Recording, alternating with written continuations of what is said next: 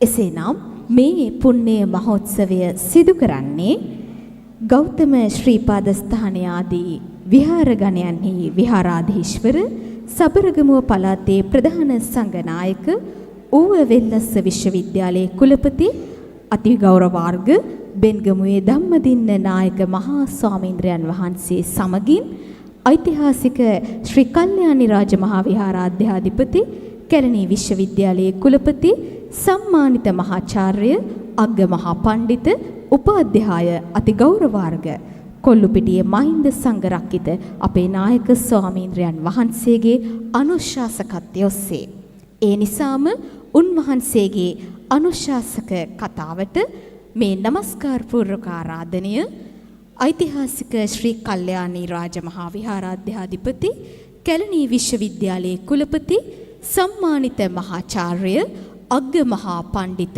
උපාධ්‍යාය අතිගෞරවාර්හ කොල්ලුපිටියේ මහින්ද සංඝරක්කිත අපේ නායක ස්වාමීන්ද්‍රයන් වහන්සේ ඔබ වහන්සේ හටයි.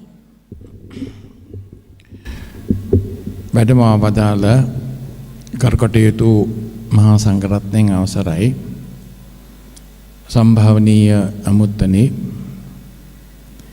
මෙම පෙරහැර සඳහා පූර්ණ දායකත්වය ලබා දෙන ශ්‍රීපාද එකමුතු සංවිධානයේ නිලධාරී මහත්ම මහත්මීනි පින්වතුනි අපේ මුදිත හාමුදුරුවෝ මේ පින්කමේ අරමුණ පැහැදිලි කළා. එහා සම්බන්ධව ඌනපූර්ණයක් සිද්ධ කිරීමට මම බලාපොරොත්තු වෙනවා. ඒ තමයි මේ පෙරහැර ආරම්භ කළා දැන්ට අවුරුදු 3ක් විතර වෙනවා. අපේ ශ්‍රීපාදේ නායක හාමුදුරුවෝ කීප අවස්ථාවකදීම මට ප්‍රකාශ කළා ශ්‍රීපාද වාරය වන්දනා වාරය ආරම්භ කරන අවස්ථාවේදී සිරිත් පරිදි සමන්දවියන්ගේ ප්‍රතිමාවත් ධාතු කරඬුවත් පල්මොඩුල්ලේ ඉඳලා වැඩම කරවනවා ශ්‍රීපාද ස්ථානයට. මාර්ග 3කින් කරඬු 3ක් වැඩම කරනවා ශ්‍රීපාද ස්ථානයට. බුදුහාඳුරෝ ශ්‍රීපාද ස්ථානයට වැඩම කළේ කැලණියට ආවට පස්සේ. ඒ නිසා කැලණියේ සිට ධාතුන් වහන්සේලා වඩම්වන පෙරහැරක් මේකට සම්බන්ධ වුණොත් එහෙම ඒක ලොකු අලංකාරයක් කියලා මට පිටින් පිට කිව්වා. නමුත් මම ඒක මේ ගැඹුරින් ගත්තේ නැහැ. මොකද අපේ විහාරස්ථානයේ පෙරහැරවල් තිබෙනවා. ඒ වගේම තවත් ආගමික වැඩසටහන් තියෙනවා. ඉතින් ඒ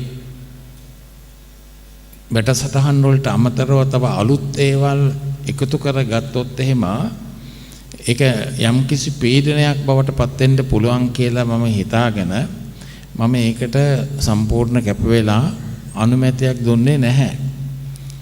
ඒ අතරතුරේදී දුමින්ද මහත්මයා ශ්‍රීපාදේ නායක හඳුරෝ බැහැ දැකලා ඒ කතා කරනකොට උන්වහන්සේ මේ දුමින්ද මහත්මයාටත් මේ කාරණේ කිව්වහම ඒ දුමින්ද මහත්මයා ඊට පසුව ඇවිල්ලා මාත සමග සාකච්ඡා කළා.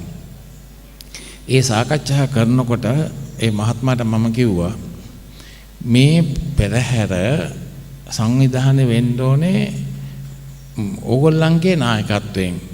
කැලණි විහාරයේ දායකයන්ගේ සම්බන්ධයක් නැතුව ඒ අයගේ කැපකිරීමක් නැතුව ඕගොල්ලොන්ම ඒක සිද්ධ කරන්න ඕනේ. එහෙම වුණොත් මං කැමැත්ත දක්වනවා කියලා මං ඒ මහත්මයාට කිව්වා. එතකොට ඒ දුමින්ද මහත්මයා කිව්වා නෑ ඒකේ සම්පූර්ණම වගකීම අපි ගන්නවා. අපි අරගෙන අපි ඒක කරනවා. මොකද මගේ සාමාන්‍ය පරිපාලන ක්‍රමය තමයි ඒ යම්කිසි වැඩසටහනක් යම්කිසි කාර්යයක් සිද්ධ කිරීම සඳහා එකම පිරිසක් සහ එකම මූල්‍යමය කොටස් කිරීමක් මම කරන්නේ නැහැ. ඒක ඒ මගේ පරිපාලනයේ ක්‍රමයක්. එතකොට මට ඉන්න දායක පිරිසට මම හැම වෙලාවෙම එක එක දේවල් කිව්වොත් එහෙම ඒක ඒගොල්ලන්ට පීඩාවක්. ඒක නිසා මේකේ වගකීම සම්පූර්ණම දුමින්ද මහත්මයාට මම පැවරුවා. ඉතින් ඒ මහත්මයා ඒක බොහොම හොඳට සිද්ධ කළා. රත්තරන් කරඬුවක් මේ සඳහාම එයා හැදුවා. මේ දායක පිරිස එකතු කරගෙන ඒගොල්ලන්ගේම ඒකේ ආරක්ෂාවට සම්පූර්ණ රිදීයෙන් කරපු කරඬුවකුත් හැදුවා. දැන් මේ ඔකට පේන්නේ ඒ රිදීයෙන් කරපු කරඬුව. ඇතුලේ තියෙනවා තනි රත්තරන් කරපු කරඬුවක්. ඒකේ වගේම වටිනාකමින් බොහොම වැඩි මැණික් ගල් අල්ලලා තියෙනවා ඒ ඇතුලේ තියෙන එක.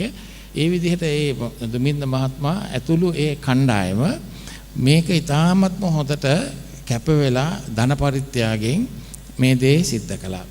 ඊට පසුව මේ පෙරහැරේ වැඩම වීමත් ඒ මහත්මයාගේම මූලිකත්වයෙන් ඒ වගේම එයාගේ හිතවතුන් ඔක්කොම සම්බන්ධ කරගෙන රන්සිවි ගෙවල් හදලා ඊළඟට දායක පිරිස හදලා ඒක ධාතුන් වහන්සේලා වන්දනාමාන කරන්නට ඕන කරන තැන් හඳුනාගෙන ඒ කියන්නේ මේක ගමන් කරන්නේ කිරියල්ල මාවතෙන් එහෙම නැත්නම් රත්නපුර අපි යන අවිස්සාවෙල්ල හරහා නෙමේ කිරියල්ල හරහා යන ඒ වංගු සහිත මාර්ගය තමයි මේ පෙරහැර වඩම්වන්නේ මේ කරඬුව.